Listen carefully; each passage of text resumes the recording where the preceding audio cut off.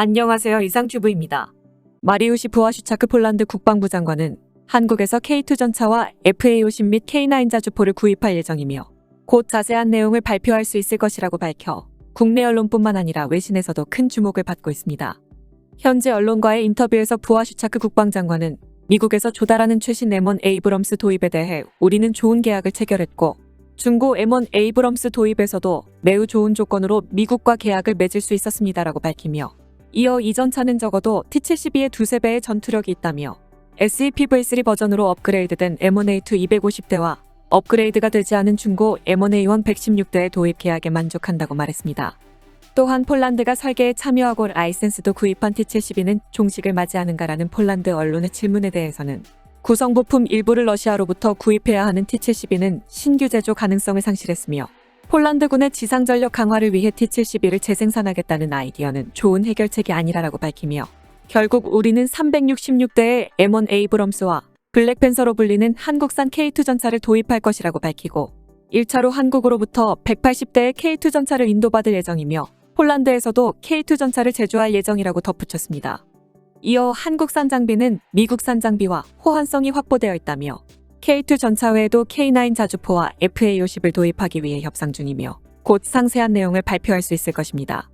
한국에서 도입 예정인 48대의 3개 비행대분 중 1개 비행대분을 2023년 안에 받을 수 있도록 최종 협상이 진행 중이어서 조금 있으면 한국과의 합의가 이뤄질 것이라고 말했습니다. 폴란드 국방부 장관의 발언은 한국 언론과 미국 언론이 보도한 내용과 거의 일치하지만 부아슈차크 국방부 장관이 처음으로 한국과의 계약 내용을 구체적으로 언급한 것은 처음이어서 국내외 언론도 대대적으로 보도하고 있습니다. 한국의 방위사업청에 해당하는 폴란드 군비청의 크르지스토프 플라텍 중령도 자신의 SNS에 한국과의 협상에 대해서 밝혔습니다. 그는 한국과의 광범위한 기술 이전과 함께 K2 및 K2PL 전차와 K9 및 K9PL 자주포, 그리고 FA-50 및 FA-50P의 항공기 도입에 대해 한국 측과 협상 과정을 마무리하고 있다고 밝혔습니다.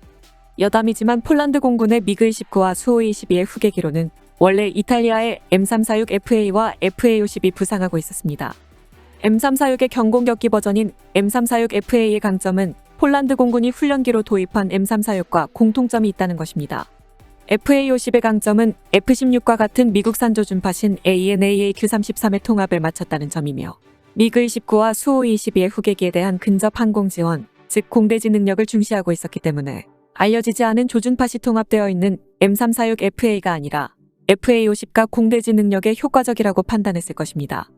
더욱이 FA-50은 지라갈륨 기술로 제조된 한국산 레이더 통합을 포함한 대규모 업그레이드 버전인 블럭20로의 개발이 확정됐고 휴대용 연료 탱크와 공중급유 능력 및 공대지 순항미사일 통합도 포함되어 있어 미래 발전성에서도 FA-50에 손을 들어줬을 수도 있습니다.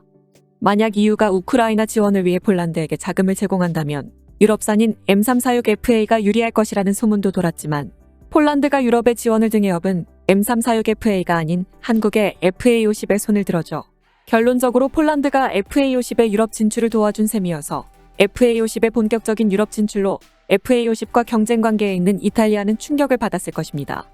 미국 방위산업 전문 매체인 디펜스 뉴스도 지난 21일에 한국 정보 관계자가 폴란드의 대규모 무기 판매가 임박했다고 발언해 폴란드의 K2와 FA-50 수출이 가시화되고 있다고 보도했습니다.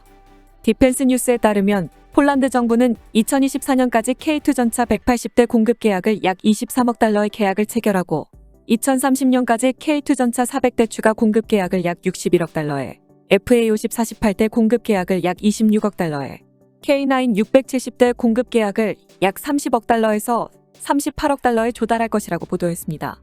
따라서 한국과 폴란드가 이 모든 계약에 합의하면 145억 달러에 이르는 계약이 될 것이라고 밝혔습니다.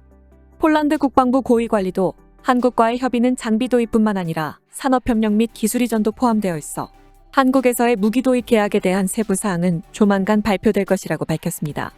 다만 디펜스 뉴스와 국내 언론에서 보도한 내용 중에 차이점이 있다면 디펜스 뉴스는 폴란드가 한국에서 K9 자주포를 670대 도입할 것이라고 보도했지만 국내 언론에서는 폴란드가 레드백 670대를 도입할 것이라고 보도해 이 대목에서 미국의 언론과 국내 언론에서 차이가 있습니다. 어쨌든 한국과 폴란드의 무기 거래에 관한 협상은 최종 국면에 접어드는 단계이며 정말로 폴란드와 87억 달러에서 140억 달러에 이르는 대형 계약이 성사되면 한국 방산업계의 최고의 쾌거입니다. 폴란드도 한국에서 대규모로 무기를 수입하기 위해 국방비를 GDP 대비 5%까지 올릴 것이라고 폴란드 언론은 밝히고 있습니다. 폴란드 언론에 따르면 폴란드의 여당인 PIS의 카친스키 대표는 최종적으로 국방 예산을 GDP 대비 5.0%로 끌어올릴 것이다. 군대는 국방 예산 증액에 반대하는 반대파가 주장하는 장난감도 아니고 돈 낭비도 아니다라고 밝혀 눈길을 끌었습니다. 폴란드의 집권 PIS에서 대표를 맡고 있는 카친스키 대표는 유권자와의 대화에서 현재의 우크라이나를 보면 냉전으로 쓰러진 제국이 다시 폴란드에 덤벼들지 않을 것이라는 주장이 환상임을 보여주고 있어 폴란드는 유럽의 안보 문제에 진지하게 임할 필요가 있다고 밝혔습니다. 이어 카친스키 대표는 2023년 국방 예산을 GDP 대비 2.4%에서 3%로 증가시키겠지만 최종적으로 5%까지 끌어올리겠다고 밝혀 눈길을 끌고 있습니다. 카친스키 대표는 우크라이나인들은 과감히 싸우고 있지만 양군의 전력에는 큰 불균형이 있습니다. 그럼에도 불구하고 대등하게 맞설 수 있는 것은 수백만 명의 국민이 희생할 용기가 있기 때문이고 병사들이 사력을 다해 싸우고 있기 때문입니다. 폴란드도 충분히 무장하고 용기를 갖춘 나라가 될 필요가 있고 그렇지 않으면 재난이 닥칠 것입니다. 군대는 반대파가 주장하는 장난감도 아니고 돈 낭비도 아니다며 국방 예산 지출은 러시아가 폴란드를 공격해도 성공하지 못할 것이라는 메시지를 러시아에 알리기 위한 것이다며 국방 예산 인상에 대해 이해를 구했습니다. 구체적으로 폴란드의 국방 예산을 언제까지 GDP 대비 5%로 올릴 것인가에 대해 카친스키 대표는 언급하지 않았지만 폴란드의 2023년 국방 예산은 222억 달러 정도가 될 것으로 예상되고 있어 이것을 5%로 인상하면 대략 370억 달러 전후가 될 것으로 보여 GDP 대비 국방 예산의 비율에서 미국을 제치게 됩니다. 매우 흥미로운 것은 러시아의 우크라이나 침공으로 인해 유럽 각국이 국방 예산 증액을 검토하기 시작하고 있는 가운데 폴란드는 항상 가장 먼저 국방비를 올리고 있다는 점입니다. 폴란드는 러시아의 우크라이나 침공 발생 이전부터 러시아의 위협을 우려해 지난해 10월에 시대에 뒤떨어진 국방법을 폐지하고 새 국방법을 도입했으며 지난 5월에 새 법이 발효돼 현재 14만 명의 폴란드군을 30만 명에서 40만 명까지 확장할 가능성이 대두되고 있습니다.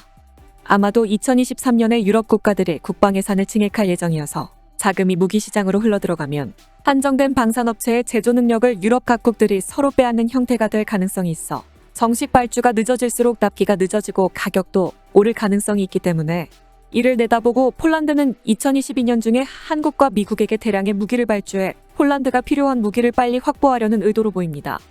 전 세계적으로 안보 환경이 급격히 나빠졌기 때문에 돈이 있어도 무기나 장비 조달에 상당한 시간이 걸릴 것으로 보이며 폴란드의 경우 우크라이나 국경에 맞닿아 있어 정말로 위기가 닥치면 발주에도 늦는다는 상황에 빠질 수 있기 때문에 세계 무기 시장이 수십 년 만에 구입자가 아닌 매도자 중심으로 무기 시장이 흘러갈 수도 있습니다.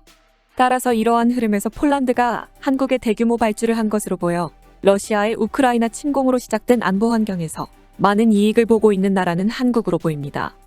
이상 마치겠습니다. 시청해주셔서 고맙습니다. 이상튜브였습니다.